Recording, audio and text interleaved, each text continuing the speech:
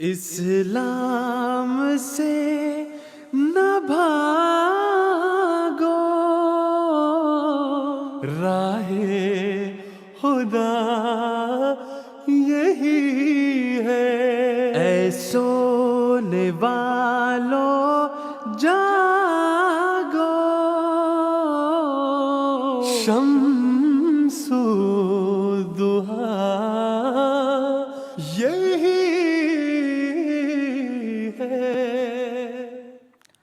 اعوذ باللہ من الشیطان الرجیم، بسم اللہ الرحمن الرحیم۔ السلام علیکم ورحمۃ اللہ وبرکاتہ۔ ناظرین، آج 26 اکتوبر 2024 ہے اور راہ ہدا کی لائیو نشریات کے ساتھ جرمنی سے آپ کی خدمت میں ہم حاضر ہیں۔ جیسا کہ آپ کے علم میں ہے، ہمارا راہ ہدا کا یہ پروگرام براہ راست آپ کی خدمت میں پیش کیا جاتا ہے، اور گزشتہ 2 پروگرام جو آپ کی خدمت میں پیش کیے گئے ان میں ہم نے توہین مذہب کے حوالے سے بات کی کہ توہین مذہب کے نتیجے میں کیا سزا ملتی ہے، کیا سزا ہے بھی ہے یا نہیں ہے، یا سزا دینے والا کون ہے۔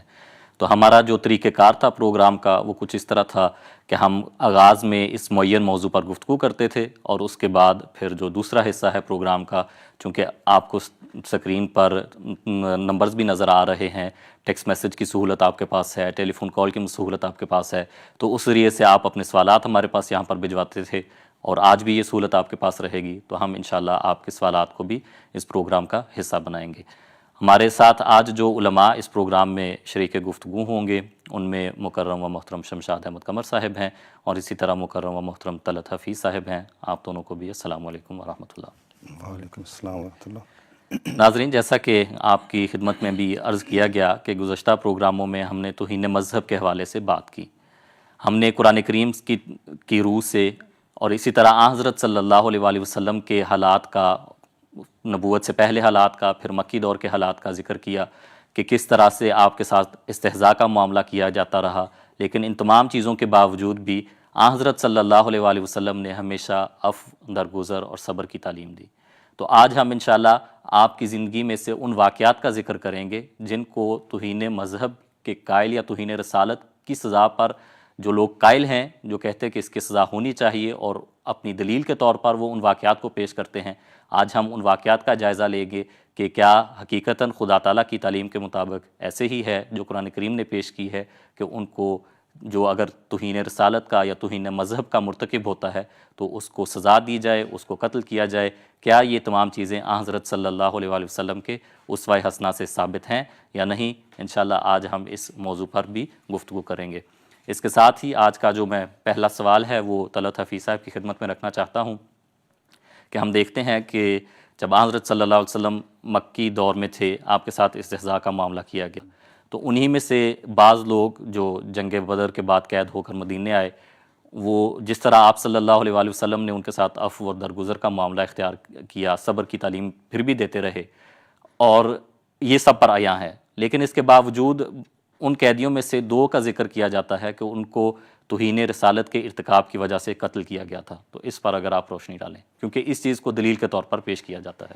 جی، جزاک اللہ عثمان صاحب۔ جیسا آپ نے ذکر کیا ہے کہ توہین رسالت کے جو مدعی ہیں وہ غزوہ بدر میں قیدی ہونے والے جو لوگ تھے ان میں سے بعض کا ذکر کر کے کہتے ہیں کہ ان کو رسول اللہ صلی اللہ علیہ وسلم نے نعوذ باللہ گستاخی کی سزا میں قتل کیا، اور ان کا موقف یہ ہے کہ چونکہ مکی زندگی میں تو رسول اللہ صلی اللہ علیہ وسلم کے پاس حکومت نہیں تھی، طاقت نہیں تھی، اس لیے نعوذ باللہ مجبوراً ناچار آپ کو صبر کرنا پڑا، لیکن جب آپ کو طاقت میسر آ گئی تو تب آپ نے اس طاقت کا استعمال کیا اور بدر میں قید ہونے والے جو رؤسائے قریش تھے ان میں سے کم از کم 2 کو قتل کیا۔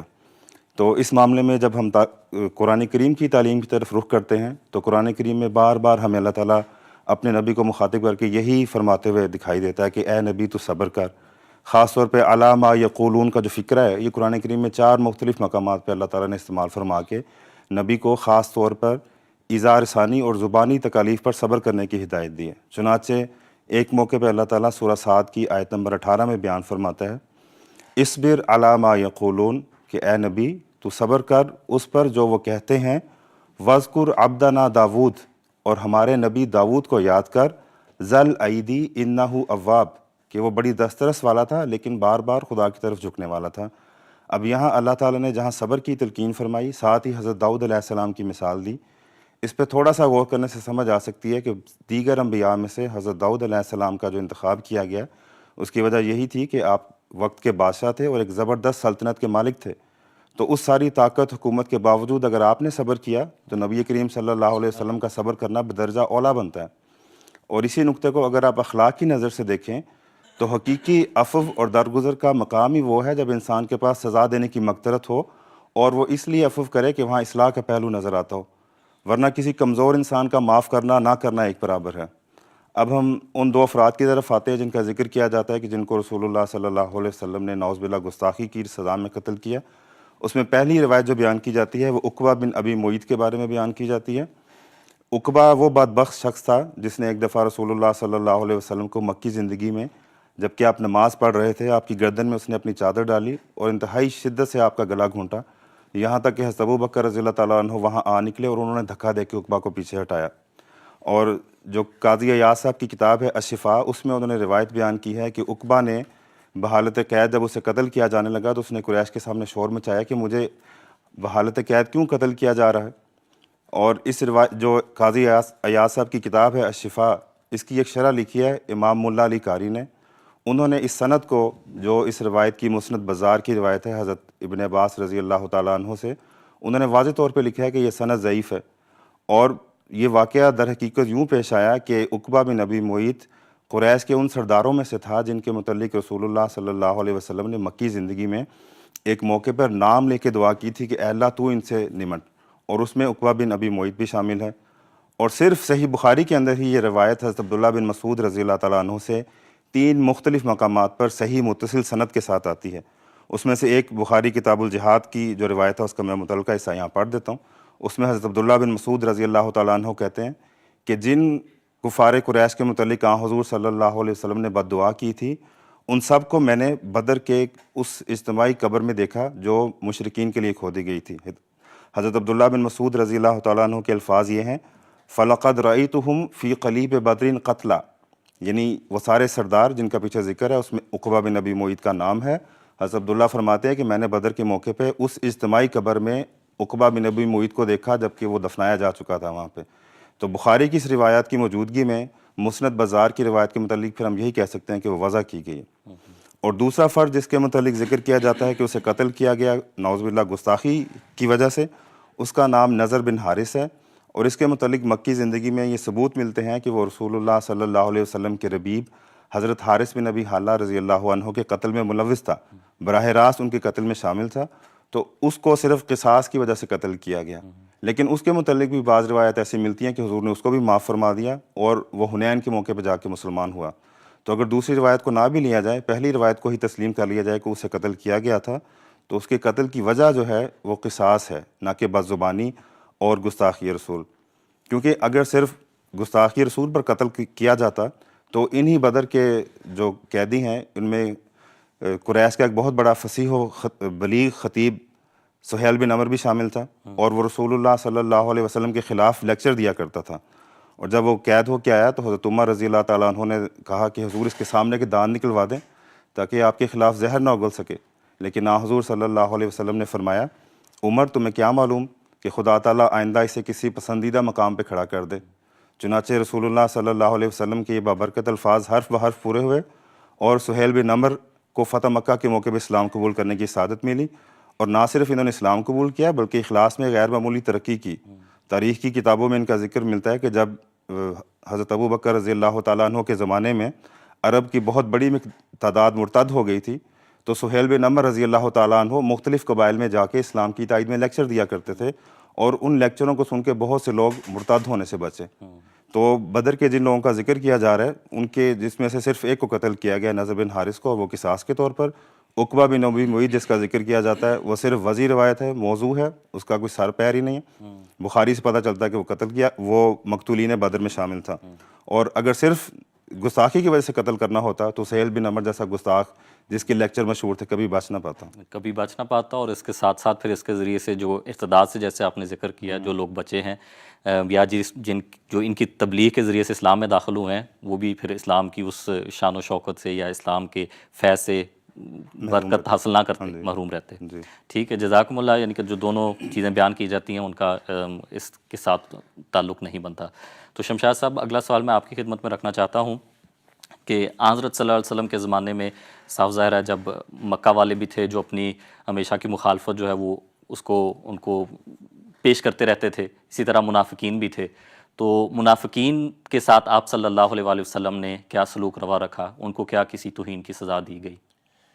اعوذ باللہ من الشیطان الرجیم، بسم اللہ الرحمن الرحیم. عرض یہ ہے کہ قرآن کریم کے مطابق تو انبیاء سے ہمیشہ ہی یہ سلوک ہوتا چلا آیا ہے کہ استہزاء سے مخالفین کام لیتے رہے ہیں. جیسا کہ اللہ تعالیٰ فرماتا ہے یا حسرۃ علی العباد ما یأتیہم من رسول الا کانوا بہ یستہزئون، کہ کوئی رسول بھی نہیں آیا جس کے ساتھ ان مخالفین نے استہزاء نہ کیا ہو. تو مکہ والے بھی حضور صلی اللہ علیہ وسلم کے ساتھ یہی وتیرہ رکھتے تھے. کبھی صدقات پہ اعتراض کر دیا، ان کی تقسیم پہ اعتراض کر دیا، کبھی بار بار لوگوں سے کہتے تھے کہ بالکل ان کو چندے نہ دو، یعنی صدقات نہ دو، یہ خود ہی بھاگ جائیں گے. کبھی اپنے آپ کو زیادہ معزز اور نعوذ باللہ من ذالک حضور صلی اللہ علیہ وسلم کو گھٹیا انسان قرار دیتے تھے. سورہ منافقون پڑھیں اور اس قرآن کریم میں جگہ جگہ ان باتوں کا ذکر ہے. لیکن سب سے زیادہ تکلیف دہ صورتحال یہ ہمارے معاشرے میں بھی اگر دیکھیں کہ اگر کوئی ہماری ماں، بہن، بیٹی، بیوی کے بارے میں کوئی بات کرے اور خاص طور پہ نامناسب الزامات لگائے تو وہ ناقابل برداشت ہو جایا کرتا ہے. تو حضور صلی اللہ علیہ وسلم کی ازواج مطہرات کے اوپر بھی یہ ایسے ظالم منافقین تھے جو اس قسم کے یعنی گندے اعتراض کرنے سے بھی، الزامات لگانے سے بھی باز نہیں آتے. ان میں ایک مشہور واقعہ افک ہے جس کا ذکر سورہ نور میں بھی اللہ تعالیٰ نے بیان فرمایا ہے. واقعہ مختصر اس طرح ہے کہ حضرت عائشہ رضی اللہ تعالیٰ عنہ ایک جنگ میں آپ حضور صلی اللہ علیہ وسلم کے ساتھ تھیں، اور جنگ پہ جاتے ہوئے یہ رواج تھا کہ جہاں رات پڑ گئی، پڑاؤ ڈالا، تو جب ازواج مطہرات ہوتی تھیں وہ ہودج کے اندر ہوتی تھی، جیسے ہمارے ہاں پنجاب میں ڈولی ہوتی ہے اس ٹائپ کی، لیکن وہ اس طرح کے اٹھا کے اسی طرح اس کو اونٹ کے اوپر رکھ کے باندھ دیا جاتا تھا. تو حضرت عائشہ صدیقہ رضی اللہ تعالیٰ عنہ کا جسم دبلا پتلا جسم تھا، ہلکی پھلکی ہوتی تھیں. تو جہاں پڑاؤ تھا وہاں آپ کو پتہ ہے کہ کوئی جو ٹوائلٹ سسٹم اس طرح کا نہیں ہوتا تھا، جنگل میں یا کھیتوں میں باہر جا کے ہی اپنی ضرورت پوری کرتے تھے قضائے حاجت کے لیے. حضرت عائشہ صدیقہ رضی اللہ تعالیٰ عنہ بھی قضائے حاجت کے لیے گئیں. تو وہاں سے جب آپ واپس لوٹیں تو آپ نے دیکھا کہ گلے کا ہار نہیں ہے گلے میں. انہوں نے دیکھا کہ کہیں وہاں پہ گم ہو گیا. واپس پلٹیں تو اس جگہ تلاش کرتے کرتے دیر ہو گئی، اور اس دوران قافلہ جو تھا وہ انہوں نے سامان سمیٹا اور حضرت عائشہ کا ہودج اٹھا کے صحابہ نے اونٹ پہ رکھا. انہوں نے سمجھا کہ اس کے اندر ہی ہیں جبکہ آپ وہاں پہ نہیں تھیں. تو اونٹ پہ رکھا، باندھا اور قافلہ روانہ ہو گیا. اب طریقہ کار یہ تھا کہ جب کہیں قافلہ پڑاؤ کرتا تھا تو اس کے روانگی کے بعد حضور صلی اللہ علیہ وسلم کی طرف سے کسی ایک صحابی کی ڈیوٹی ہوتی تھی کہ جب سارے چلے جائیں بعد میں اس جگہ کا پوری طرح جائزہ لینا ہے، کہیں کسی کی کوئی چیز گری ہوئی نہ ہو، کوئی رہ نہ گئی ہو، کوئی بھول نہ گیا ہو. تو وہ سامان اگر کہیں رہ گیا ہے تو وہ اس کا فرض ہوتا تھا کہ وہ لے کے آئے. تو جب حضرت عائشہ واپس پلٹی ہیں تو قافلہ روانہ ہو چکا تھا. اب یہ غلط فہمی ہوئی تو حضرت عائشہ نے دیکھا سارے چلے گئے ہیں، پریشان ہوئیں، پھر ادھر ہی بیٹھ گئیں کہ ان کو پتہ تھا کہ کوئی نہ کوئی آئے گا، جب پتہ چلے گا واپس آئیں گے تو خود ہی لے جائیں گے، کیونکہ اگر وہ چال پڑیں آگے رستے کا پتہ نہ ہو تو اس میں کوئی مس انڈرسٹینڈنگ پیدا ہو سکتی تھی. حضرت عائشہ وہیں بیٹھ گئیں. تو وہاں حضرت صفوان بن معطل رضی اللہ تعالیٰ عنہ کی ڈیوٹی تھی کہ بعد میں جو چیزیں ہیں اس میدان کا جائزہ لے کے وہ ساتھ لے کے آئیں. تو انہوں نے دیکھا کہ کوئی بندہ بیٹھا ہے. جب قریب آئے تو آپ نے دیکھا کہ حضرت عائشہ صدیقہ رضی اللہ تعالیٰ عنہ، انہوں نے انا للہ و انا الیہ راجعون پڑھا اور فوراً انہوں نے اپنا اونٹ بٹھایا اور حضرت عائشہ اونٹ پہ سوار ہو گئیں. انہوں نے نکیل پکڑی، وہ خود پیدل اور حضرت عائشہ سوار تھیں اونٹ کے اوپر، وہ لے کے اس طرح ان کو مدینے پہنچ گئے. اب یہ واقعہ ایسا تھا کہ مخالفین اور منافقین جو اندر سے تھے ان کو تو ایک موقع چاہیے تھا، بہانہ چاہیے تھا استہزاء کا. انہوں نے اس کو بہت زیادہ اچھالا، گند اچھالا. اس کی تفصیلات میں اس وقت جانے کا ٹائم نہیں ہے، لیکن کہنے کا مقصد یہ ہے کہ اس بات کو اتنا تکلیف دہ انداز میں اچھالا گیا کہ آپ کی ذات کو نشانہ بنایا گیا، حضرت عائشہ صدیقہ رضی اللہ تعالیٰ عنہ کی ذات کو نشانہ بنایا گیا، اور ظاہر ہے حضرت ابوبکر صدیق بھی آپ کا اس واقعے کا نشانہ تھے۔ تو اس کے بعد پھر اللہ تعالیٰ نے سورہ نور کی آیات یہ نازل کیں۔ اس وقت مشورہ کرتے رہے حضور صحابہ سے، حضرت عائشہ سے بھی پوچھا، آپ نے جو بتا دیا کہ بھی یہ صورتحال تو یہ ہے۔ تو جب اللہ تعالیٰ نے قرآن کریم میں وحی اتاری آپ کے متعلق کہ یہ جو ذکر کرنے والے ہیں، تو اللہ تعالیٰ فرماتا ہے ان الذین جاؤوا بالافک عصبۃ منکم، کہ یہ تمہارے اندر سے ہی ایک گروہ ہے جو اس طرح کی حرکتیں کر رہا ہے۔ لا تحسبوہ شرا لکم بل ھو خیر لکم لکل امرئ منہم ما اکتسب من الاثم، کہ ان میں سے جس نے جتنا گناہ کیا ہے اس کے ذمہ اتنا ہی گناہ ہوگا، سب نے یہ غلط حرکت کی ہے۔ والذی تولی کبرہ منہم لہ عذاب عظیم، لیکن جو اصل سرغنہ ہے اس کا، جو بڑا حصہ ہے جس کے، اس کے لیے بہت دردناک عذاب ہے۔ تو یہ آیات اتریں، اس وقت اللہ تعالیٰ نے حضرت عائشہ کی بریت وحی کے ذریعے فرما دی، لیکن اس کے ساتھ کسی قسم کی سزا کا ذکر نہیں کیا۔ اب اس میں جو الزامات لگائے جا رہے تھے اس کا تفصیلی ذکر سورہ نور میں اللہ تعالیٰ نے بیان فرما دیا کہ جو زنا کرے اس کے لیے یہ سزا ہے، پوری سزا مقرر کی ہے، اور پھر کوئی جھوٹا الزام اگر کوئی لگاتا ہے اس کی یہ سزا ہے، اس کے ساتھ یعنی الزام لگا دیا، گواہ پیش نہیں کر رہا تو پھر اس کو یہ سزا دینی ہے، کوڑوں کی سزا مقرر کر دی ان کے لیے۔ لیکن وہاں توہین کی سزا کوئی ذکر نہیں ہے مقرر نہیں کہ توہین ہے تو اس وجہ سے بھی سزا، اس کا کہیں کوئی ذکر نہیں ہے۔ بلکہ حضرت ابوبکر صدیق رضی اللہ تعالیٰ عنہ، آپ جو بعض رشتہ دار تھے، غریب تھے، ان کو وظیفہ دیتے تھے، ان کو خرچ دیا کرتے تھے، تو لیکن وہ بھی ان حرکتوں میں شامل تھے۔ تو حضرت ابوبکر صدیق رضی اللہ تعالیٰ عنہ نے قسم کھائی کہ آئندہ سے میں ان کو کچھ نہیں دوں گا۔ تو سورہ نور میں ہی اگلی آیات جو اتریں وہ ان کے بارے میں اتریں کہ نہیں، یہ بھی نہیں کرنا۔ اور اللہ تعالیٰ فرماتا ہے کہ وَلَا يَعْتَلِ أُولُو الْفَضْلِ مِنْكُمْ وَالسَّعَةِ أَنْ يُؤْتُوا أُولِي الْقُرْبَى وَالْمَسَاكِينَ وَالْمُحَاجِرِينَ فِي سَبِيلِ اللَّهِ وَلْيَعْفُوا وَلْيَصْفَحُوا، کہ جو اللہ نے جن کو وسعت عطا کی ہے مالی طور پر، ایسی قسمیں نہ کھائیں کہ وہ ان مساکین کو، غرباء کو، مہاجرین کو کچھ نہیں دیں گے۔ نہیں، ایسا نہیں۔ کیا حکم دے رہا اللہ؟ وَلْيَعْفُوا، عفو سے کام لو، وَلْيَصْفَحُوا، درگزر کرو۔ اب باوجود اس کے کہ انہوں نے توہین کی ہے، اللہ کیا فرما رہا ہے؟ عفو درگزر سے کام لو۔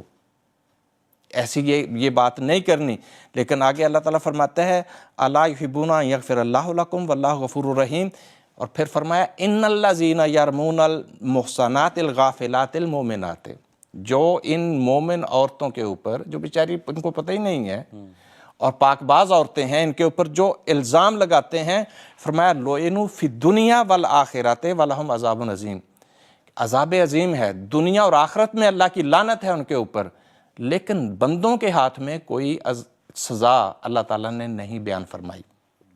اس سزا کا ذکر نہیں کیا کہ چونکہ انہوں نے توہین کی ہے، توہین کی سزا اس کا ذکر نہیں ہے۔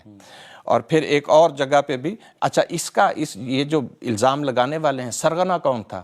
عبداللہ بن ابی بن سلول، جو رئیس المنافقین جس کو کہا جاتا ہے، سورہ منافقون میں بھی اس کا ذکر آتا ہے، لیکن حضور صلی اللہ علیہ وسلم کا اس کے ساتھ اتنا حسن سلوک تھا کہ اس کی وفات کے اوپر اپنا کرتا آپ نے عطا فرمایا، اس کا جنازہ بھی پڑھایا، اور یہ یعنی اس کو سزا نہیں دی گئی، کسی قسم کی سزا نہیں دی گئی۔ اور پھر اللہ تعالیٰ سورہ احزاب میں بھی بیان فرماتا ہے کہ وَلَا تُطِعِ الْكَافِرِينَ وَالْمُنَافِقِينَ، فرمایا وَدَعْ أَذَاهُمْ، ان کی تکلیف دہی کو چھوڑ دے، دفع کر۔ وَتَوَكَّلْ عَلَى اللَّهِ وَكَفَى بِاللَّهِ وَكِيلًا، اللہ پر توکل کر، اللہ کارساز ہونے کے لحاظ سے کافی ہے۔ تو کہنے کا مقصد یہ ہے کہ منافقین اندر سے اور مخالفین باہر سے انبیاء کی مخالفت اور توہین اور استہزاء کرنے میں کبھی کسی نے کوئی باقی کسر نہیں چھوڑی۔ ایون حضرت اقدس محمد مصطفیٰ صلی اللہ علیہ وسلم کے خلاف بھی مخالفین اور منافقین نے کوئی کسر باقی نہیں چھوڑی، لیکن اس توہین کا ذکر، اس کی سزا کا ذکر کہیں اللہ نے نہیں فرمایا۔ جہاں ذکر فرمایا عفو اور درگزر کا اور اللہ پر توکل کرنے کا، یہ کہ جہاں اس قسم کی حرکتیں ہو رہی ہوں آپ وہاں سے سائٹ پہ ہو جائیں، وہاں نہ بیٹھا کریں، بس یہ ذکر ضرور ہے۔ حالانکہ یہ ایسی ایک توہین ہے جس کی گواہی خدا تعالیٰ بھی دے رہا ہے کہ یہ واقعہ پیش آیا ہے، اس طرح سے ہوا ہے اور جھوٹا الزام لگایا گیا ہے. ٹھیک ہے، جزاکم اللہ، آپ نے بڑی وضاحت کے ساتھ ہمارے ناظرین کے سامنے اس کا جواب رکھا ہے. تو طلعت صاحب، صاف ظاہر ہے جو اس کے مدعین ہیں کہ سزا دینی چاہیے وہ بھی اپنے دلائل پیش کرتے ہیں. ہم ان کا ایک ذکر کر رہے ہیں، پہلے بھی ایک سوال کے جواب میں آپ نے ان کا ذکر کیا ہے. تو کعب بن اشرف اور ابو رافع کے قتل کا، جو کہ ایک ثابت شدہ چیز ہے، اسلامی تاریخ سے بھی ثابت ہے، تو اس کو بھی دلیل کے طور پر وہ پیش کرتے ہیں کہ دیکھیں ان کو قتل کروایا گیا تھا اور اس کی سزا جو ہے وہ توہین رسالت کی وجہ سے دی گئی تھی. ٹھیک ہے، جزاک اللہ عثمان صاحب. بات یہ ہے کہ کعب بن اشرف اور ابو رافع یہ دونوں یہودیوں کے سردار تھے، اور ان دونوں کے جرائم کم و بیش یکساں ایک جیسے ہی ہیں. صرف ان میں جو فرق ہے وہ زمانے کا فرق ہے. کعب بن اشرف کی ساری کارستانیاں اور جو اسلام کے خلاف کارروائیاں تھیں اس کا زمانہ غزوہ بدر کے بعد بنتا ہے، اور ابو رافع جو ہے اس کی ساری فتنہ انگیزیاں جو ہیں وہ غزوہ احزاب کے بعد ہیں. اور یہ دونوں مقامات جو ہیں تاریخی اعتبار سے مسلمانوں کے لیے انتہائی نازک مقام تھے. اور کعب بن اشرف کے متعلق یہ بھی ذہن نشین رہے کہ یہ ایک سردار تھا اور نسلاً یہ عرب تھا اور فصیح و بلیغ شاعر تھا. اور تاریخ میں ذکر ملتا ہے کہ جب بدر کی فتح کی خبر مدینہ میں پہنچی ہے تو اس نے فوراً جا کے مکہ کا رخ اختیار کیا، اور وہاں جا کے قریش کو جو پہلے ہی اس غزوہ بدر کی ذلت کی وجہ سے غصے میں تپ رہے تھے ان کو جا کے جوش دلایا. اور روایات میں آتا ہے کہ کعبہ کے پردے ان کے ہاتھ میں دے کے ان سے قسمیں لیں کہ وہ اس وقت تک اسلام سے نہیں بیٹھیں گے، جب آرام سے نہیں بیٹھیں گے جب تک بانی اسلام کو دنیا سے مٹا نہ لیں. یہ تو اس نے مکہ میں جا کے فتنہ انگیزی کی. اور پھر واپس جب مدینہ آیا تو اس نے کوشش کی کہ نعوذ باللہ حضور صلی اللہ علیہ وسلم کو قتل کروا دیا جائے، لیکن اللہ تعالیٰ نے اس کی اس سازش کی اطلاع آپ کو دے دی اور آپ اس سے محفوظ رہے. اور پھر جب اس کے خلاف عہد شکنی، کیونکہ عہد شکنی کا لفظ میں اس لیے بول رہا ہوں کہ جب نبی کریم صلی اللہ علیہ وسلم مدینہ تشریف لائیں تو میثاق مدینہ کے نام سے ایک معاہدہ ہوا تھا، اور اس معاہدے میں یہود کی طرف سے کعب بن اشرف نے بھی دستخط کیے تھے. اور یہ تاریخ میں متعدد واقعات ملتے ہیں کہ یہود اپنے تنازعات کا فیصلہ کروانے کے لیے رسول اللہ صلی اللہ علیہ وسلم کے پاس آیا کرتے تھے. تو اسی لیے آپ کے پاس آتے تھے نا کہ آپ کو اس مدینہ کی جو جمہوری حکومت ہے اس کا سربراہ سمجھتے تھے. وہ رجم کا قصہ اس تناظر میں مشہور ہے، تفصیل میں جانے کی ضرورت نہیں. تو اس نے نہ صرف جو حکومت کے سربراہ ہیں ان کو قتل کرنے کی کوشش کی، مکہ میں جا کے جنگ کی آگ کو بھڑکانے کی کوشش کی، اور مدینہ واپس آ کے آپ صلی اللہ علیہ وسلم کے قتل کا منصوبہ بنایا. اس لیے حضور صلی اللہ علیہ وسلم نے تنگ آ کے اس کے قتل کا فیصلہ کروایا. اب دوسری طرف اگر ابو رافع کی طرف آ جائیں تو ابو رافع جو تھا وہ خیبر کا رہنے والا یہودی سردار تھا، اور اس نے غزوہ احزاب کے بعد منوان یہی کام کیا. اور جس طرح یہ کعب بن اشرف مکہ گیا تھا، غزوہ احزاب کے بعد یہ ابو رافع جو ہے اس نے نجد کے قبائل اور خاص طور پہ قبیلہ غطفان کی طرف رخ کیا. اور ان دونوں کی جو تاریخ ہے وہاں سے اگر آپ دیکھیں تو حضرت عمر رضی اللہ تعالیٰ عنہ کے متعلق آتا ہے کہ انہوں نے ایک انصاری صحابی کے ساتھ باری مقرر کی ہوئی تھی کہ جس دن حضرت عمر دربار رسول صلی اللہ علیہ وسلم میں حاضر نہ ہو سکیں تو وہ انصاری صحابی آ کے اس دن کے سارے حالات بیان کرتے تھے. تو ایک دن ان انصاری صحابی نے آ کے بڑے زور سے دروازہ کھٹکھٹایا تو حضرت عمر اندر سے جلدی سے باہر نکلے اور پوچھا کہ کیا غطفانی بادشاہ نے حملہ کر دیا. تو یہاں سے آپ اندازہ لگا سکتے ہیں کہ غزوہ احزاب کے بعد گو کہ جو لشکر تھا عرب کا وہ شکست کھا گیا تھا، لیکن غطفان کی طرف سے بہرحال ہمیشہ ایک حملے کا اندیشہ تھا. اور اس نازک موقع پہ جا کے ابو رافع نے ان کو یقین دہانی کروائی ہے کہ اگر تم حملہ کرو گے تو تمہیں جتنی بھی مالی مدد چاہیے وہ میں دوں گا. اور قرآن کریم میں بھی ان ائمہ کے متعلق جو بار بار عہد کر کے توڑتے ہیں، سورہ توبہ کی آیت نمبر 12 ہے، اس میں اللہ تعالیٰ فرماتا ہے کہ اے رسول وہ کفر کے سردار جنہوں نے بار بار عہد و پیمان کیے اور پھر ان عہدوں کو توڑا تو ان کے عہد کوئی حیثیت نہیں رکھتے. ان کے متعلق پھر ہدایت کیا دی، فرمایا فقاتلوا ائمۃ الکفر، کہ ایسے جو کفر کے سردار ہیں پھر ان کے ساتھ قتال کرو. تو مجبوراً حضور صلی اللہ علیہ وسلم نے کعب بن اشرف اور ابو رافع کو قتل کروایا. اب ان کے جو قتل کا طریقہ ہے اس پہ اعتراض ہوتا ہے کہ اگر یہ دونوں جنگی سازش کر رہے تھے تو ان کو جنگ کے طریقے پہ قتل کرنا چاہیے تھا، چن چن کے الگ سے کیوں قتل کیا گیا. تو اس کے متعلق یہ عرض ہے کہ اگر آپ تاریخ کا یہ جو موقع ہے اس پہ نظر ڈالیں تو بنو قریظہ کی غداری، بنو نذیر کی جلا وطنی، غزوہ خیبر میں جو یہود کے ساتھ مسلمانوں کی جنگ ہے، اس سے پتہ چلتا ہے کہ یہود مسلسل مسلمانوں کے خلاف برسر پیکار تھے اور ایک حالت جنگ تھی. اور جنگ کے دنوں میں تو آج بھی یہی حالات ہیں کہ جو دشمن کے سردار ہیں ان کو چن چن کے قتل کیا جاتا ہے.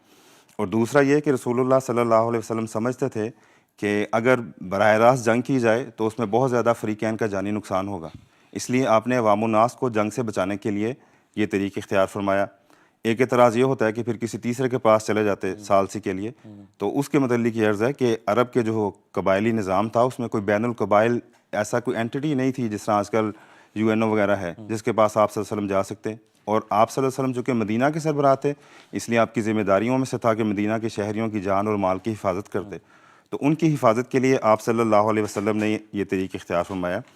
اور اس موقع پہ شاید یہاں بھی ذکر کر دینا مناسب ہو کہ عرب کے معاشرے میں جو عرب شاعر تھے ان کا جو کردار تھا وہ آج کل کم و بیش ویسا ہی ہے جیسے سوشل میڈیا پہ انفلوئنسر ہوتے ہیں یا اخباروں میں کالم نویس ہوتے ہیں یا ٹاک شوز کے جو ماڈریٹر ہوتے ہیں، وہ جس طرح آج کل یہ لوگوں کی آراء کو بدلتے ہیں اور ان کے خیالات پہ اثر انداز ہوتے ہیں، اس زمانے میں جو عرب شعراء تھے وہ اپنے فصیح و بلیغ کلام سے کسی بھی خبر کو یا کسی بھی رائے کو بڑی جلدی سے ترویج دیا کرتے تھے، اور ان کی جو شاعری ہے وہ صرف ان کی بدنامی یا گستاخی کی سزا نہیں ہے بلکہ اس شاعری کے نتیجے میں سارے عرب کو مسلمانوں کے خلاف اکسانے کی سزا ہے، جو اشتعال انگیزی ہے اور جو جنگ کی آگ ہے اس میں تیل ڈالنے کی سزا ہے۔ ورنہ تو مشہور قصہ ہے کعب بن زہیر، ایک مشہور شاعر ہیں جنہوں نے بعد میں اسلام بھی قبول کیا، ان کے متعلق تاریخ کی کتابوں میں آتا ہے کہ قبول اسلام سے پہلے وہ رسول اللہ صلی اللہ علیہ وسلم کی حجو کیا کرتے تھے، اور حضور صلی اللہ علیہ وسلم نے حجو کی سزا میں ان کو قتل کرنے کا حکم نہیں دیا بلکہ حضرت حسان بن ثابت رضی اللہ تعالیٰ عنہ کے متعلق آتا ہے کہ ان کو ظلم فرمایا کہ تم بھی بدلے میں حجوی اشعار کہو،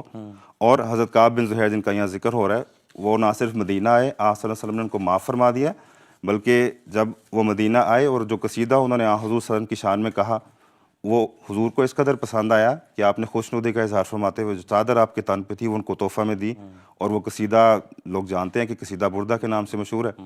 تو یہاں پہ ابو رافع اور کعب بن اشرف دونوں کو جن کو قتل کروایا گیا ہے وہ بد زبانی کی وجہ سے نہیں قتل کروایا گیا بلکہ مسلمانوں کی جان کے در پہ ہوئے تھے وہ لوگ، اور خود بھی کوشش کر رہے تھے اور مالی لحاظ سے مسلمانوں کے دشمنوں کی اعانت کر رہے تھے، اور تاریخی ثبوت جب مہیا ہوئے ہیں تب حضور صلی اللہ علیہ وسلم نے ان دونوں افراد کو علیحدہ علیحدہ قتل کروا دیا تاکہ اگر براہ راست جنگ ہوتی ہے تو فریقین میں جانی نقصان بہت زیادہ ہونے کا اندیشہ تھا۔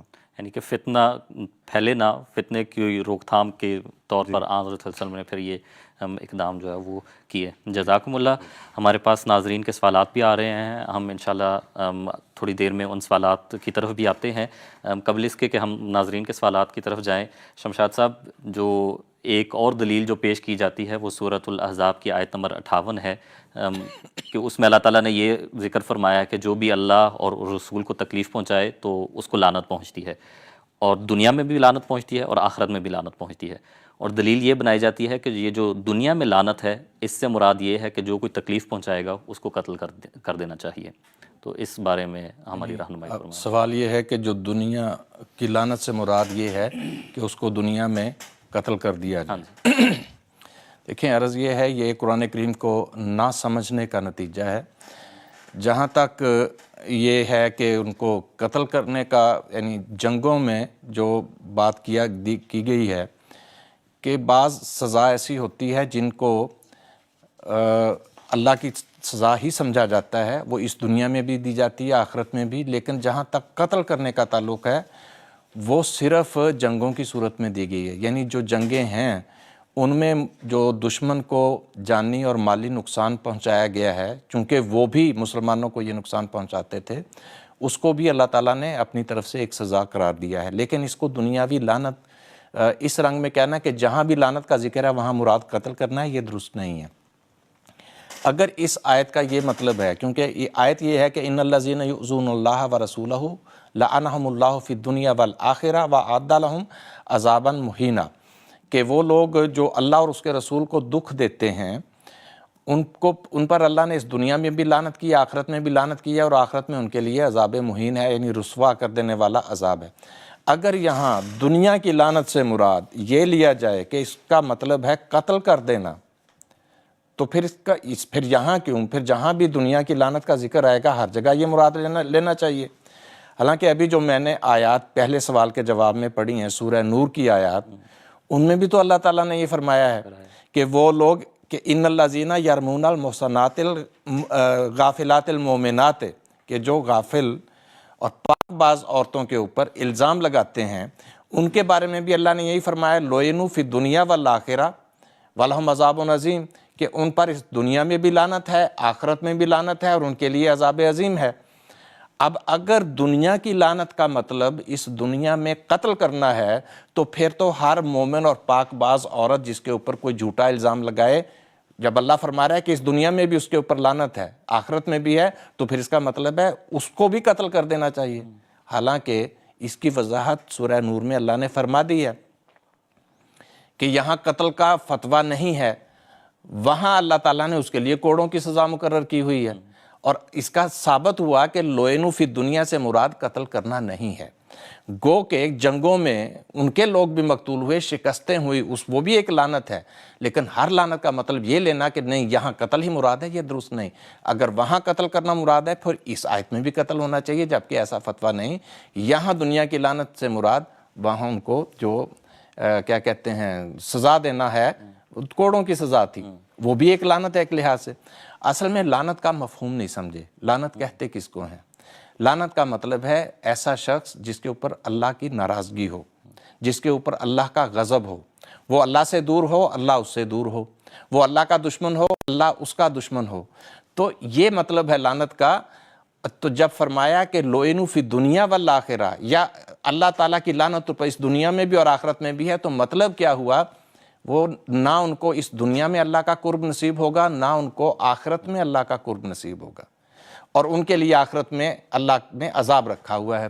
اس عذاب کو کہیں عذاب مہینہ قرار دیا، کہیں عذاب عظیم قرار دیا، لیکن دنیا اور آخرت کی لعنت کا مطلب بنتا ہے وہ یہ کہ یہاں بھی اللہ کی ناراضگی ہوگی، وہاں بھی اللہ کی ناراضگی ہوگی، یہاں بھی وہ اللہ کے قریب نہیں پھٹکیں گے، اللہ کا قرب ان کو حاصل نہیں ہوگا، قیامت کے دن بھی ان کو اللہ کا قرب حاصل نہیں ہوگا۔ اور اس کی تائید قرآن کریم کی اور آیات بھی کرتی ہیں۔ مثال کے طور پہ میں 2 آیتیں آپ کی خدمت میں پیش کر دیتا ہوں۔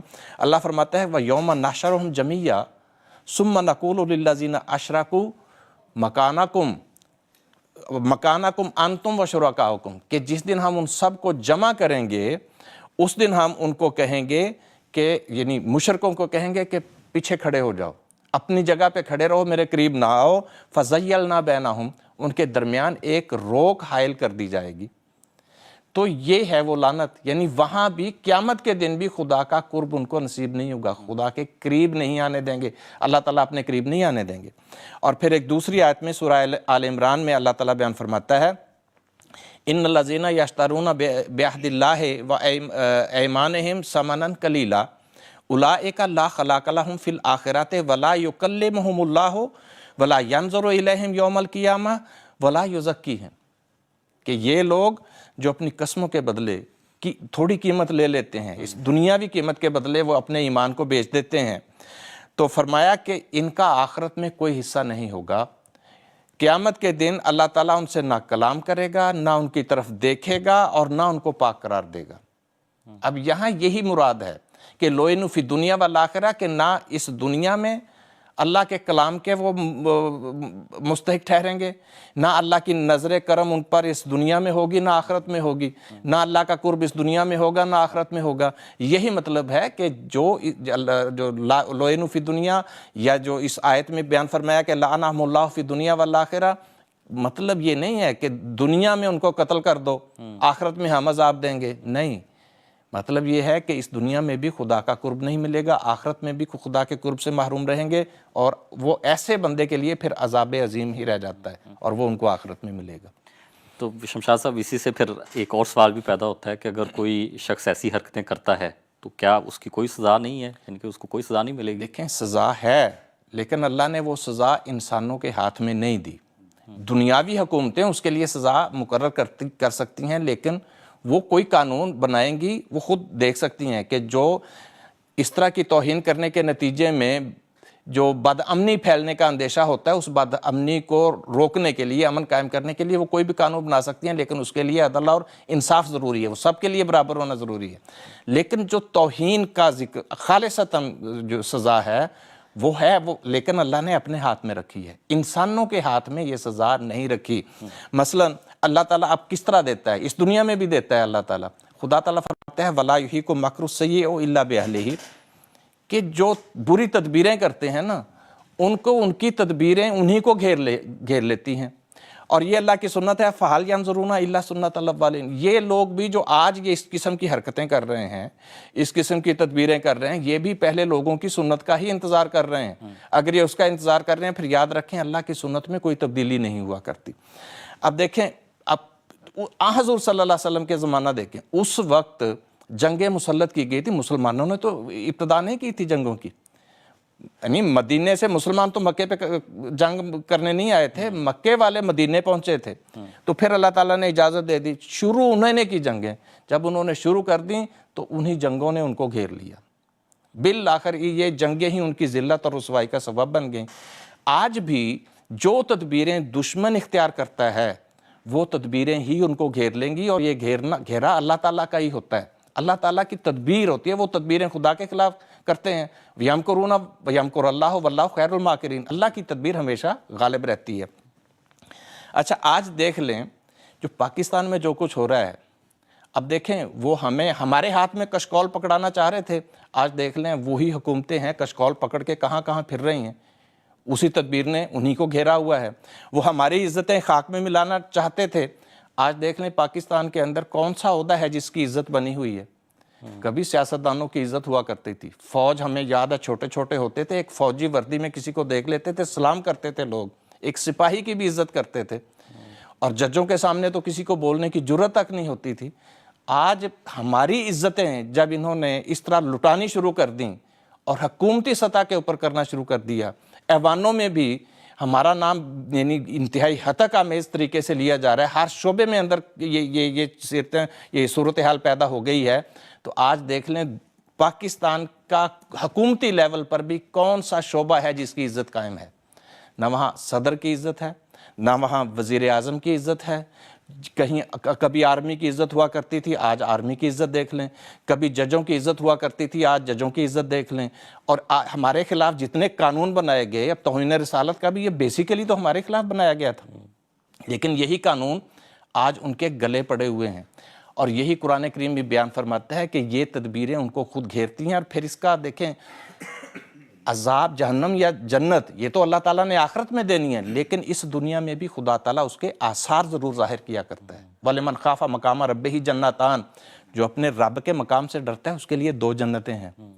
اب وہ تو جنت ملے گی، لیکن اس جنت کے آثار یہاں بھی نظر آتے ہیں۔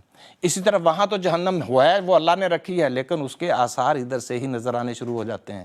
قرآن کریم میں اللہ تعالیٰ بیان فرما رہا ہے وَأَمَّا الَّذِينَ فَسَقُوا فَمَأْوَاهُمُ النَّارُ، جو فاسق لوگ ہیں ان کا ٹھکانہ آگ ہے آخرت میں۔ اس کی نشانی کیا بیان فرمائی؟ كُلَّمَا أَرَادُوا أَن يَخْرُجُوا مِنْهَا أُعِيدُوا فِيهَا، وہ وہاں سے نکلنے کی کوشش کریں گے، جب بھی اس میں سے نکلنے کی کوشش کریں گے واپس لوٹا دیے جائیں گے۔ یہ جہنم کے عذاب کا ذکر ہو رہا ہے۔ یہاں بھی جب خدا کا گھیرا پڑ جائے، وہ تدبیریں جو خدا یا خدائی جماعت کے خلاف کرتے ہیں مخالفین، ان میں خود گھیرے میں آ جاتے ہیں، تو اس کی ایک نشانی یہ کہ پھر اس سے نکلنے کی کوشش کرتے ہیں، نکلا نہیں جاتا۔ آج یہی کچھ تو ہو رہا ہے پاکستان میں، اور یہ اللہ تعالیٰ کیوں کرتا ہے؟ یہ اس دنیا میں اس طرح کا کیوں آثار کیوں ظاہر کرتا ہے؟ اس سے اگلی آیت میں اللہ تعالیٰ نے بیان فرما دیا، یہ سورہ سجدہ کی آیت 21 اور 22 کی تلاوت میں کر رہا ہوں۔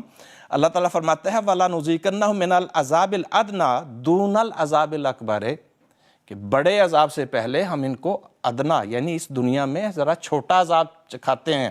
کیوں؟ لَعَلَّهُمْ يَرْجِعُونَ، تاکہ وہ رجوع کر لیں۔ اس عذاب سے یہ بھی ایک قسم کی تنبیہ ہوتا ہے، یہ عذاب کہ جب یہاں پہ ایسی تدبیروں میں گھیرے میں آ جائیں تو انسان کو سمجھ جانا چاہیے کہ یہ خدا کی طرف سے ہمارے اوپر ایک عذاب کی شکل اختیار۔ آج آپ کے صحافی چیخ چیخ کے پکار رہے ہیں کہ یہ ہمارے لیے جو ہے نا پاکستانیوں کے لیے یہ عذاب بن گئی ہے یہ چیز۔ قوم کا مزاج بگڑ گیا ہے، قوم بدتمیز ہو گئی ہے بھائی، وہاں کسی کی عزت محفوظ نہیں رہی۔ تو جب یہ صورت پیدا ہو جائے تو اللہ تعالیٰ فرما رہا ہے کہ یہ عذاب ادنا ہے، اور یہ اس بات کی نشانی ہے کہ اگر رجوع نہیں کرو گے تو پھر عذاب اکبر ہے اس کے بعد۔ اور اس کے نشانی بیان فرما دی سے پہلی آیت میں کہ کُلَّمَا أَرَادُوا أَن يَخْرُجُوا مِنْهَا أُعِيدُوا فِيهَا، لیکن اس دنیا میں یہ معاملہ ذرا ہلکا ہے، کوشش کریں تو نکل سکتے ہیں، لیکن اس کے لیے بڑی جد و جہد کی ضرورت ہے، ہمت کی ضرورت ہے۔ وہ ہمت ہمیں نظر نہیں آ رہی، ہماری دعا ہے کہ کوئی ہمت کرے اور عدل اور انصاف حقیقی رنگ میں قائم کرنے والا ہو، جس کی نظر میں سارے انسان برابر ہوں، سارے فرقے برابر ہوں، سارے مذاہب برابر ہوں، سب کی عزتیں قائم کی جائیں۔ یہ نہیں آپ کر سکتے۔ دنیاوی لحاظ سے بھی کوئی قانون بنائیں تو ایسا بنائیں کہ تمام مذہبی پیشوا جتنے بھی ہیں کسی کی بھی بے عزتی، کسی کی بھی توہین نہ ہو، پھر یہ کامیابی ہو سکتی ہے۔ لیکن اگر یہ رکھیں گے کہ نہیں ہم تو دوسروں کی توہین کرتے رہیں، ہماری توہین کوئی نہ کرے، اب یہ نہیں چلے گا۔ یہ جس صورت اب جب بے انصافی کے اوپر آپ بنیاد رکھ رہے ہیں تو اس کے بعد آپ کہیں کہ گند بو دیں اور اس میں سے یعنی گند کے ڈھیر پہ بیٹھ کے ہمیں پھولوں کی خوشبو آئے، یہ ممکن نہیں ہوا کرتا۔ ٹھیک ہے، جزاکم اللہ، آپ نے بڑی وضاحت کے ساتھ اس کا ذکر کر دیا ہے۔ ناظرین، ہمارے ایک ریگولر ویور ہیں عارف الزمان صاحب بنگلہ دیش سے، وہ کال پر ہیں اور ان کا سوالات ہیں وہ لیتے ہیں، ان سے بات کرتے ہیں۔ السلام علیکم ورحمۃ اللہ۔ وعلیکم السلام ورحمۃ اللہ وبرکاتہ۔ جی عارف الزمان صاحب اپنا سوال پیش کریں۔ جی وعلیکم السلام۔ جی جی میرا سوال ہے، حضرت مسیح موعود علیہ السلام کے اوپر بہت سارے الزامات، اعتراضات ہوتے ہیں۔ ایک اعتراض یہ ہے کہ مسیح علیہ السلام دوسرے مسلمان غیر جماعت حضرات کو ذریۃ البقایا کہہ کے گالی دیا تھا، اس کا مطلب کیا ہے اور اس کا پس منظر کیا تھا؟ ذرا خلاصہ کیجیے، جزاکم اللہ۔ ٹھیک ہے، جزاکم اللہ، بہت شکریہ۔ تو طلعت صاحب، ہمارے موضوع کے ساتھ ملتا جلتا سوال ہی ہے کہ توہین رسالت یہاں پر یا توہین مذہب کے حوالے سے اگر اس کو دیکھا جائے تو آپ کی خدمت میں عرض ہے کہ اس کا جواب پیش۔ جی پہلی بات تو یہ ہے کہ قرآن کریم میں جو بنیادی ہدایت ہے وہ اللہ تعالیٰ مومنین کو یہی کہتا ہے کہ لا تسبوا الذین یدعون من دون اللہ فیسبوا اللہ عدوا بغیر علم، یعنی اللہ تعالیٰ تو ان لوگوں کو بھی جنہوں نے اپنے معبود بنائے ہوئے ہیں، جو معبودان باطل ہیں، ان کے بارے میں بھی برا بھلا کہنے سے روکتا ہے۔ کیوں؟ کیونکہ اگر تم ان کو برا بھلا کہو گے تو نتیجتاً اللہ تعالیٰ کو برا بھلا کہیں گے۔ اور اسی طرح جو بنیادی تعلیم ہے وہ تو یہ ہے کہ کسی کی بھی دل شکنی نہیں ہونی چاہیے۔ لیکن یہاں جس لفظ کا انہوں نے حوالہ دیا ہے، اگر اس کا پس منظر دیکھا جائے تو اصل میں یہ آئینہ کمالات اسلام کی تحریر ہے، اور اس کے سیاق و سباق میں حضرت مسیح موعود علیہ السلام مسلمانوں کی دلجوئی کر رہے ہیں۔ اور اگر اس کے سیاق و سباق کو دیکھا جائے تو یہ جہاں مخاطب جو ہیں وہ مسلمان نہیں ہیں بلکہ اہل کتاب ہیں، اور اہل کتاب میں سے بھی وہ ہیں جنہوں نے خود حضرت مسیح علیہ السلام کے زمانے میں نبی کریم صلی اللہ علیہ وسلم کے خلاف انتہائی آزار دہ اور تکلیف دہ کتابیں چھاپیں، اور جس طرح آج کل تھیٹر وغیرہ میں ڈرامے بنائے جاتے ہیں، یہ طریق اس زمانے میں بھی تھا، اس کا ذکر خود حضرت مسیح علیہ السلام نے فرمایا ہوا ہے۔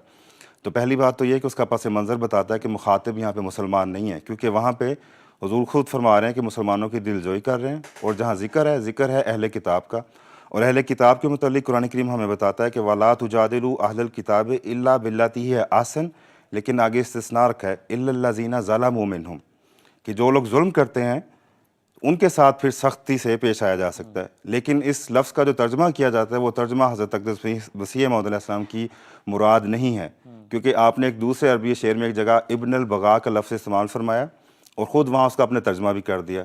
تو مصنف جب کسی لفظ کو استعمال کرتا ہے اور خود اس کا ترجمہ کر دیتا ہے تو پھر اس کی طرف سے ہمیشہ وہی ترجمہ سمجھا جائے گا، اور وہاں حضور نے سعد اللہ الدھامنی کے متعلق یہ لفظ استعمال فرمایا اور وہاں سرکش انسان کا ترجمہ کیا۔ اور اگر ہم عربی لغات کو دیکھیں تو تاج العروس بھی اس کی اجازت دیتی ہے، اس میں لکھا ہے کہ البغی کا جو لفظ ہے اس کا بنیادی مطلب لونڈی ہے، اور وہ خواہ فاجر ہو خواہ نیک ہو، لیکن پھر تشریحاً ہر وہ شخص جو نیکی سے دور چلا جائے اس کو ابن البغی کہا جاتا ہے۔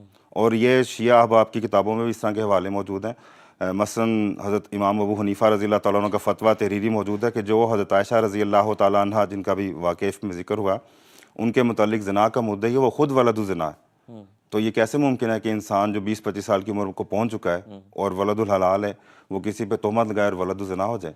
تو وہاں بھی اس سے مراد یہی ہے کہ اس کے جو اعمال ہیں وہ بتا رہے ہیں کہ وہ سرکشی کی طرف جا رہے ہیں۔ تو یہاں بھی حضرت اقدس مسیح موعود علیہ السلام کا یہ مقام ہے کہ اللہ میاں نے آپ کو اس زمانے میں حاکم اور عدل بنا کے بھیجا ہے، اور آپ نے اہل کتاب کے ساتھ اچھے رنگ میں تبلیغ کی ہے، انہیں تہذیب کے ساتھ پکارا ہے، لیکن جب ان کی طرف سے مسلسل تکلیف دہ کلمات ہوئے، تھیٹر اور بار بار مختلف رنگوں میں کتابوں کی صورت میں حضور صلی اللہ علیہ وسلم کی کردار کشی کی گئی ہے، تو جواباً آپ نے پھر سخت کلمات استعمال فرمایا، لیکن ان کا ترجمہ وہ نہیں ہے جو غیر احمدی منسوب کرتے ہیں نا۔ ترجمہ جیسے میں نے عرض کر دیا کہ ایک دوسری جگہ پہ حضور نے یہ لفظ خود استعمال فرمایا اور ترجمہ کر دیا، اور وہاں سرکش انسان کا ترجمہ ہے، اور یہ سرکشی ہے، اور ورنہ تو حضور کی خود تعلیم یہی ہے کہ گالیاں سن کر دعا دو، پاک کے دو، آرام دو۔ تو حضور نے اسی پہ عمل فرمایا، لیکن جب تنگ آ کے جب اہل کتاب کی طرف سے بہت زیادہ زیادتی ہوئی ہے، بہت زیادہ ظلم سے انہوں نے کام لیا، تب آپ نے یہ سخت کلمات استعمال فرمائے ہیں۔ لیکن میں یہ پھر دہراتا ہوں کہ یہ ہر احمدی کا کام نہیں ہے۔ یہ جس طرح حضرت مسیح علیہ السلام کو اللہ میاں نے حکم العدل بنا کے بھیجا نا، آپ کی جج کی حیثیت ہے۔ جیسے اگر جج کے پاس کسی کا کیس جاتا ہے تو جج کہہ دیتا ہے کہ ہاں ثبوت کے ذریعے سے میں شخص کو چور کہتا ہوں، تو جج اس کو چور کہہ سکتا ہے، عوام الناس کا یہ اختیار نہیں ہے۔ تو حضور کے یہ صرف حضور کا مقام ہے، دوسرے لوگ یہ الفاظ استعمال نہیں کر سکتے۔ ٹھیک ہے، جزاکم اللہ، اس میں ان کے سوال کی وضاحت آ گئی ہے۔ شمشاد صاحب اسی طرح وسیم احمد صاحب ہیں جرمنی سے، وہ یہ سوال پوچھتے ہیں کہ اگر کوئی اللہ تعالیٰ کے بارے میں توہین آمیز الفاظ استعمال کرے تو اس بارے میں قرآن کریم کا کیا حکم ہے؟ جی، یہ ابھی جو میں نے آیت پڑھی تھی، آپ نے گزشتہ سوال جو کیا تھا اس میں بھی یہی ہے کہ ان الذین یؤذون اللہ ورسولہ لعنہم اللہ فی الدنیا والآخرہ، کہ وہ لوگ جو اللہ اور رسول کو دکھ دیتے ہیں، تکلیف دیتے ہیں، دنیا اور آخرت میں ان پہ اللہ نے لعنت کی ہے، یعنی نہ اس دنیا میں خدا کا قرب حاصل کر سکیں گے، نہ آخرت میں، اور ان کے لیے اللہ نے رسوا کن عذاب تیار کیا۔ تو میں نے عرض کیا کہ اس کی سزا اللہ تعالیٰ نے انسانوں کے ہاتھ میں نہیں رکھی، بلکہ خدا تعالیٰ نے اپنے ہاتھ میں رکھی ہے کہ وہ اس دنیا میں بھی ان کو رسوا کرے گا اور آخرت میں بھی رسوا کرے گا، سوائے اس کے کہ وہ توبہ کر لیں اور باز آ جائیں۔ بلکہ یہی نہیں، قرآن کریم میں تو اللہ تعالیٰ نے واضح فرمایا کہ یہ کریں گے، لازمی ہوگا تمہارے ساتھ۔ سورہ آل عمران میں اللہ تعالیٰ بیان فرماتا ہے وَلَا تُبْلَوُنَّ فِي أَنفُسِكُمْ فِي أَمْوَالِكُمْ وَأَنفُسِكُمْ وَلَا تَسْمَعُنَّ مِنَ الَّذِينَ أُوتُوا الْكِتَابَ مِنْ قَبْلِكُمْ وَمِنَ الَّذِينَ أَشْرَكُوا أَذًى كَثِيرًا، کہ تمہیں تمہارے مالوں کے معاملے میں بہت زیادہ آزمائش کا سامنا کرنا پڑے گا، اور تمہیں اپنی جانوں کے حوالے سے آزمائش کا سامنا کرنا پڑے گا، اور ان لوگوں کی طرف سے جن کو پہلے کتاب دی گئی تھی، اور ان لوگوں کی طرف سے بھی جو مشرک ہیں، تمہیں بڑی سخت باتیں، استہزاء والی باتیں سننی پڑیں گی۔ لیکن یہاں کہیں یہ نہیں بیان فرمایا کہ تم ان کو سزا دینا یا ان کو قتل کر دینا، بلکہ فرمایا کہ اگر وَإِن تَصْبِرُوا وَتَتَّقُوا، کہ تم اگر صبر کرو اور تقوی اختیار کرو، فَإِنَّ ذَلِكَ مِنْ عَزْمِ الْأُمُورِ، تو یہ بڑے بلند ہمت کاموں میں سے ہے۔ تو یہاں تو اللہ تعالیٰ نے بڑی وضاحت کے ساتھ فرما دیا کہ نہ صرف یہ کہ وہ کر سکتے ہیں، بلکہ لازمی ہوگا یہ تمہارے ساتھ۔ وہ تمہاری مال پر بھی حملہ کریں گے، تمہاری جانوں پر بھی حملے کریں گے، اور تمہاری عزتوں پر بھی، یعنی جو اللہ اور اس کے رسول کی ہتک کی جا رہی ہے، تو ظاہر ہے یہ ہماری عزت کے اوپر ہی حملہ ہے۔ لیکن اس کی سزا کا ذکر نہیں فرمایا، سزا اللہ کے ہاتھ میں ہے، وہ ان کو دنیا اور آخرت میں رسوا کرے گا۔ ہمیں یہ تعلیم ہے کہ اس میں اگر صبر کرو گے اور تقوی اختیار کرو گے، یہ بلند ہمت ہے، تمہیں اس کا اجر اللہ تعالیٰ عطا فرما دے گا۔ اسی طرح سورہ نساء میں اللہ تعالیٰ نے بیان فرمایا ہے کہ تم نے کیا کرنا ہے، ہمارا ری ایکشن کیا ہونا چاہیے۔ وہ اللہ تعالیٰ نے بیان فرمایا کہ اذا سمعتم آیات اللہ، جب تم اللہ کی آیات کو سنو اور دیکھو کہ یکفر بہا و یستہزأ بہا، کہ ان کا انکار بھی کیا جا رہا ہے اور استہزاء بھی کیا جا رہا ہے ان کے ساتھ، فلا تقعدوا معہم، تو جب استہزاء کیا جا رہا ہو، بے شرمی سے کام لینے لگے مخالف، تو وہاں سے چلے جاؤ، وہاں بیٹھو نہیں۔ یعنی وہاں فتنے میں پڑنے کی، فساد میں پڑنے کی ضرورت نہیں ہے۔ لیکن یہ بھی جو وہاں سے جانا ہے، چھوڑ دینا ہے ان کو، یہ بھی مستقل نہیں۔ فرمایا فلا تقعدوا معہم حتی یخوضوا فی حدیث غیرہ، جب تک وہ کسی اور کام میں مشغول نہیں ہو جاتے۔ مطلب کیا ہے کہ باقی جو دوسرے مناسب کام ہیں، دنیا داری کے کام ہیں، ان میں آپ ان کے ساتھ شامل ہو سکتے ہیں، لیکن جب اللہ اور اس کے رسول کے ساتھ استہزاء کریں، سلام کہو، قالوا سلاما، خدا حافظ، تو اس میں آپ نے حصہ نہیں لینا۔ لیکن پھر بھی اگر اس میں شامل ہو گئے تو پھر کیا ہوگا؟ پھر تم بھی، فرمایا انکم اذا مثلہم، تم بھی ان جیسے ہی قرار پاؤ گے پھر۔ تو مطلب یہاں یہی نکلتا ہے کہ اللہ کی توہین ہو، اللہ کے رسول کی توہین ہو، صبر استقامت سے کام لینا ہے، اپنے تعلیم کے اوپر قائم رہنا ہے، اور ان کو چھوڑ دو، سلام کہو، سائڈ پہ ہو جاؤ۔ ہاں جب وہ دیکھیں کہ نہیں وہ دوسرے مناسب کام کر رہے ہیں، پھر ان کے ساتھ شامل ہو جاؤ۔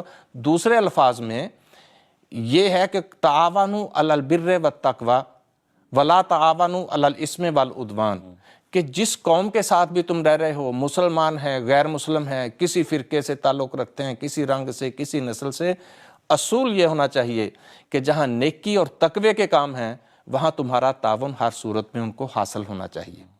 ہاں جہاں بغاوت کا ذکر ہو، گناہ کی بات ہو رہی ہو، تو وہاں تعاون نہیں کیا جا سکتا، وہاں ان سے اللہ کرتا ہے۔ یہ بنیادی اصول ہے جو قرآن کریم نے بیان فرمایا ہے۔ جزاکم اللہ، بہت شکریہ طلعت صاحب، ہم اپنے اسی موضوع کی طرف دوبارہ واپس آتے ہیں. ہم نے واقعات جن کو دلیل کے طور پر پیش کیا جاتا ہے اس کو ان کے متعلق بات کر رہے تھے.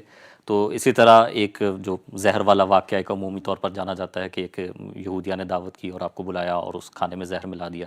تو کہتے ہیں کہ اس کو بھی قتل کروایا گیا تھا، اور اس کے ساتھ اور بھی کوئی پتھر پھینکنے والا واقعہ ہے. اس طرح کے مختلف قسم کے واقعات آتے ہیں، تو اس کے بارے میں ہماری رہنمائی فرمائیں.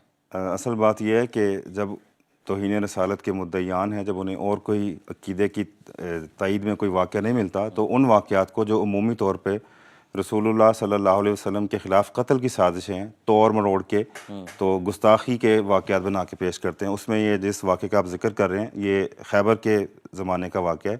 غزوہ خیبر کے بعد رسول اللہ صلی اللہ علیہ وسلم نے 3 دن تک وہی قیام فرمایا تھا، اور اس وقت ایک عورت آپ صلی اللہ علیہ وسلم کے پاس آئی جس کا نام زینب بنت حارث بیان کیا جاتا ہے، اور یہ خیبر کے مشہور پہلوان مرہب کی بہن تھی. یہ وہی مرہب ہے جس کو حضرت علی رضی اللہ تعالیٰ عنہ نے خیبر میں کیفر کردار تک پہنچایا تھا.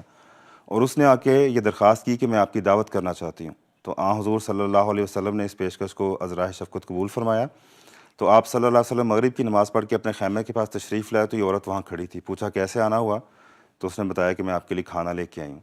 تو اس کھانے میں حضور صلی اللہ علیہ وسلم کے ساتھ دیگر صحابہ بھی شریک تھے، اور جب کھانا شروع کیا ہے تو حضور صلی اللہ علیہ وسلم نے ابھی پہلا لقمہ تھوڑا سا چبایا ہی تھا کہ آپ کو علم دیا گیا کہ اس میں کھانے میں زہر ہے، اور آپ نے کھانے سے ہاتھ روک دیا اور دیگر صحابہ کو بھی کھانا کھانے سے منع فرما دیا. لیکن اتنے میں ایک صحابی حضرت بشر بن البراء رضی اللہ تعالیٰ عنہ جو آپ کے ساتھ موجود تھے، وہ چند لقمے نگل چکے تھے اس کھانے کے. اب یہ واضح اقدام قتل کی واضح کوشش ہے. اب اس خاتون کو جب بلا کے پوچھا گیا کہ تم نے یہ حرکت کیوں کی ہے، تو اس نے کہا کہ ہم یہود کا یہ عقیدہ ہے کہ اگر آپ سچے نبی ہیں تو اللہ میاں آپ کو بچائے گا، لیکن اگر آپ صرف ایک بادشاہ ہیں تو پھر ہم آپ کے چنگل سے آزاد ہو جائیں گے. اور حضور صلی اللہ علیہ وسلم کا مقام دیکھیں کہ آپ کی نظر اللہ تعالیٰ کے اس وعدے پہ تھی کہ جہاں اللہ تعالیٰ نے آپ کو فرمایا، یہ سورہ مائدہ کی آیت نمبر 68 ہے کہ اے نبی جو تیرے پہ اتارا جاتا ہے تو اسے کھول کے بیان کر دے، اور جب تو تبلیغ کرے گا تو تبلیغ کے نتیجے میں مسائل ہوں گے، تیری مخالفت ہوگی، لیکن اس سے پریشان نہیں ہونا. کیوں؟ واللہ یعصمک من الناس، کہ اللہ تعالیٰ تیری حفاظت کرے گا لوگوں سے. تو وہاں بڑی تحدی سے حضور صلی اللہ علیہ وسلم نے اس خاتون کو کہا کہ یہود مجھے قتل کرنے میں کبھی کامیاب نہیں ہو سکتے. اور اس نے حیرانی سے سوال کو دوبارہ دہرایا کہ کیا یہود آپ کو قتل نہیں کر سکتے؟ تو حضور نے فرمایا ہاں، وہ مجھے کبھی بھی قتل کرنے میں کامیاب نہیں ہو سکتے. لیکن آپ صلی اللہ علیہ وسلم نے خود اس عورت سے کوئی تعرض نہیں فرمایا. بعض روایت میں یہ آتا ہے کہ بعد میں اس خاتون کو، اس عورت کو قتل کروا دیا گیا تھا. اب یہ 2 متضاد روایات ہیں. اس میں تطبیق کی ایک یہ صورت ہے کہ جب تک حضور صلی اللہ علیہ وسلم سمجھتے تھے کہ حضرت بشر رضی اللہ تعالیٰ عنہ حیات ہیں، تب تک آپ نے اس کو سزا نہیں دی، کیونکہ اگر اس وقت آپ سزا دیتے تو وہ رسول اللہ صلی اللہ علیہ وسلم کو زہر دینے کی کوشش کی سزا سمجھی جاتی. لیکن جب حضرت بشر رضی اللہ تعالیٰ عنہ کی شہادت ہوگی وہی زہر آلود کھانا کھانے سے، تو آپ نے پھر اس شہادت کے قصاص کے طور میں اسے قتل کروایا. اور اب دلچسپ بات یہ ہے کہ اس سارے واقعے میں توہین کا، ازادہی کا کوئی معاملہ ہی نہیں ہے. یہ سیدھی سیدھی محاربت ہے اور اقدام قتل ہے. تو اگر اقدام قتل کے نتیجے میں ایک صحابی کی شہادت ہو جاتی ہے اور اس شہادت کو حضور صلی اللہ علیہ وسلم قصاص کے طور پہ زہر دینے والی عورت کو قتل کروا دیتے ہیں، تو اس کو توہین رسالت کے مقدمے میں پیش کرنا پرلے درجے کا افتراء ہے.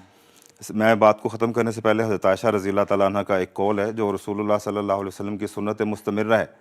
وہ بیان فرماتی ہیں کہ رسول اللہ صلی اللہ علیہ وسلم نے کبھی اپنی ذات کے لیے بدلہ نہیں لیا. بخاری کے حدیث کے الفاظ ہیں وَمَنْ تَقَمَ رسول اللہ صلی اللہ علیہ وسلم لنفسہ. تو یہاں بھی حضور صلی اللہ علیہ وسلم نے جب تک حضرت بشر زندہ رہے، حیات تھے، اپنی ذات کے لیے آپ نے بدلہ نہیں لیا، اس عورت کو جانے دیا. اس کو قصاص کے طور پہ قتل تب کروایا جب حضرت بشر رضی اللہ تعالیٰ عنہ کی شہادت ہوئی ہے. تو ان سارے واقعات سے کہیں بھی توہین کا کوئی لینا دینا نہیں ہے. کھلی کھلی محاربت ہے اور اقدام قتل ہے جس کی سزا دی گئی. ٹھیک ہے، جزاکم اللہ. یعنی کہ جو واقعات پیش کیے جاتے ہیں وہ ابھی تک جن کا ہم نے جائزہ لیا ہے، یا تو وہ ایسے واقعات ہیں جن کا تعلق نہیں ہے، یا وہ گھڑ لیے گئے ہیں، یا اگر روایت ملتی بھی ہے تو اس میں تطبیق کی صورت موجود ہے لیکن اس کو استعمال نہیں کیا جاتا، یعنی کہ اس کو اپنی دلیل کے طور پر استعمال کیا جاتا ہے. تو یہی صورتحال یہاں پر بھی نظر آتی ہے. جزاکم اللہ. تو شمشاد صاحب، ابھی چونکہ واقعات کا ہی ذکر چل رہا ہے تو حضرت عمر رضی اللہ تعالیٰ عنہ کے بارے میں آتا ہے کہ آپ نے ایک منافق کو قتل کیا تھا کیونکہ اس نے حضرت صلی اللہ علیہ وسلم کا ایک فیصلہ نہیں مانا تھا، جبکہ قرآن کریم میں واضح حکم ہے کہ آپ صلی اللہ علیہ وسلم بطور حکم کے ہیں اور آپ کو قبول کیا جائے. اور جب اس نے بات کو نہیں مانا تو حضرت عمر نے اس کو قتل کر دیا، اور اس پر حضرت صلی اللہ علیہ وسلم نے خوشنودی کا اظہار بھی فرمایا اور آپ کو فاروق کے لقب سے جو ہے نا آپ کو خطاب دیا. تو اس بارے میں اگر آپ ہماری رہنمائی کریں. عرض یہ ہے کہ یہ جو واقعہ آپ نے بیان کیا ہے اس کے بارے میں ایک تو محدثین یہ کہتے ہیں کہ یہ بالکل کمزور روایت ہے، ضعیف ہے، اس کی کوئی بظاہر حقیقت ان روایات کے مقابل پہ نہیں بنتی جو پختہ اور یعنی روایت کے لحاظ سے مضبوط ہیں۔ اس کی روایت بہت کمزور ہے۔ دوسرا درایت کے لحاظ سے بھی یہ اس میں بہت ساری باتیں ایسی ہیں جن کو عقل تسلیم نہیں کرتی کہ یہ درست ہوں گی۔ اب ابو اسحاق نے جو اس کی روایت بیان کی ہیں، 2-3 روایتوں کا خلاصہ یہ بنتا ہے کہ ایک یہودی اور ایک مسلمان تھا جو منافق تھا، ان کا آپس میں جھگڑا تھا۔ وہ حضور صلی اللہ علیہ وسلم کی خدمت میں جھگڑا لے کے حاضر ہوئے تو حضرت اقدس محمد مصطفیٰ صلی اللہ علیہ وسلم نے وہ فیصلہ یہودی کے حق میں دیا کہ یہودی حق پہ ہے۔ تو اس کے بعد اس نے جو منافق تھا اس نے نہیں مانا اور وہ کہنے لگا کہ چلیں حضرت ابو بکر صدیق کے پاس چلتے ہیں۔ تو ان کے پاس گئے، ان کو بتایا کہ جی یہ حضور کا فیصلہ ہے، تو انہوں نے کہا کہ پھر اگر حضور صلی اللہ علیہ وسلم کا یہ فیصلہ ہے تو میرا بھی یہی فیصلہ ہے۔ وہ پھر نہیں مانا، یعنی وہ منافق نہیں مانا، یہودی مانتا چلا آ رہا ہے۔ پھر وہ حضرت عمر کے پاس گئے، حضرت عمر کو بتایا اور یہودی نے بتا دیا کہ حضور صلی اللہ علیہ وسلم نے یہ فیصلہ فرمایا ہے۔ حضرت عمر نے اس سے پوچھا کہ کیا درست ہے؟ اس نے کہا ہاں یہ درست ہے۔ ان کا اچھا 1 منٹ ٹھہرو۔ پھر وہ اندر گئے، واپس آئے تو آپ کے ہاتھ میں تلوار تھی، کوئی بات نہیں پوچھی اور تلوار چلائی اور سر اتار کے رکھ دیا۔ ٹھیک ہے جی۔ تو اس کے بعد اس پہ وہ کہتے ہیں کہ یہ آیت اتری فلا وربک لا یؤمنون حتی یحکموک فیما شجر بینہم، کہ وہ اس وقت تک مومن نہیں ہو سکتے جب تک اپنے جھگڑوں میں تجھے حکم نہیں بناتے۔ اور پھر ایک روایت میں پھر یہ بھی ہے کہ اس پہ حضرت جبرائیل علیہ السلام اترے اور انہوں نے بتایا کہ اللہ تعالیٰ بہت خوش ہوا ہے، اور اس پہ حضرت عمر نے گویا حق اور باطل میں فرق کر دیا ہے، تو اس پہ آپ کو فاروق کا لقب دیا۔ یہ ہے خلاصہ۔ اب یہ جن روایات کی کتابوں میں ہے وہ پہلے درجہ تو رہا دور کا، دوسرے بلکہ تیسرے درجے کی بھی روایات وہ نہیں ہیں، وہ کتب نہیں ہیں۔ اچھا، اس میں ایک تو یہ میں نے بتایا نا کہ درایت کو جب دیکھیں تو بالکل اس کو تسلیم نہیں کرتی عقل۔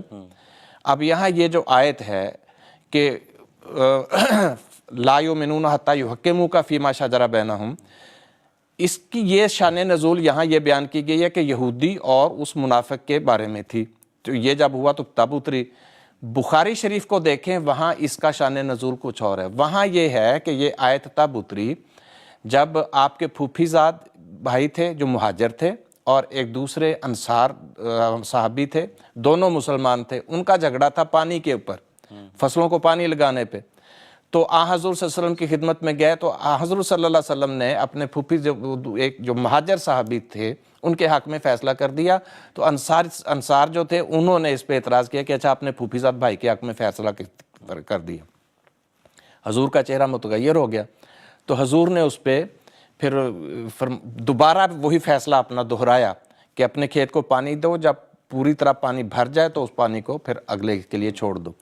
تو اس پہ یہ آیت اتری۔ اب سوال یہ ہے کہ یہاں شان نزول کچھ اور بیان ہو رہا ہے، وہاں کچھ اور بیان ہو رہا ہے۔ ایک بخاری کی روایت ہے اور دوسری روایت بالکل ایک اس کے مقابلے میں ایسی کتاب کی ہے جس کی حیثیت کوئی نہیں، تو پھر بخاری کے مقابلے پہ تو ہم اس روایت کو نہیں مان سکتے۔ دوسرا، فاروق لقب کے بارے میں آپ حدیث کی کتابیں دیکھ لیں، تاریخ کی کتابیں دیکھ لیں، تفاسیر کی کتابیں دیکھ لیں، وہ بتاتی ہیں کہ جب حضرت عمر رضی اللہ تعالیٰ مسلمان ہوئے، حضور صلی اللہ علیہ وسلم کی دعا کے نتیجے میں ہوئے تھے، اور وہ آپ کا چونکہ ایک روب تھا، دبدبہ تھا مسلمان ہونے پہ، جو حضرت عمر کے مسلمان ہونے پہ جو مسلمان تھے وہ آزادی کے ساتھ پھر خانہ کعبہ میں جا کے عبادت کرنے لگے، تب حضور صلی اللہ علیہ وسلم نے آپ کو فاروق کا لقب دیا۔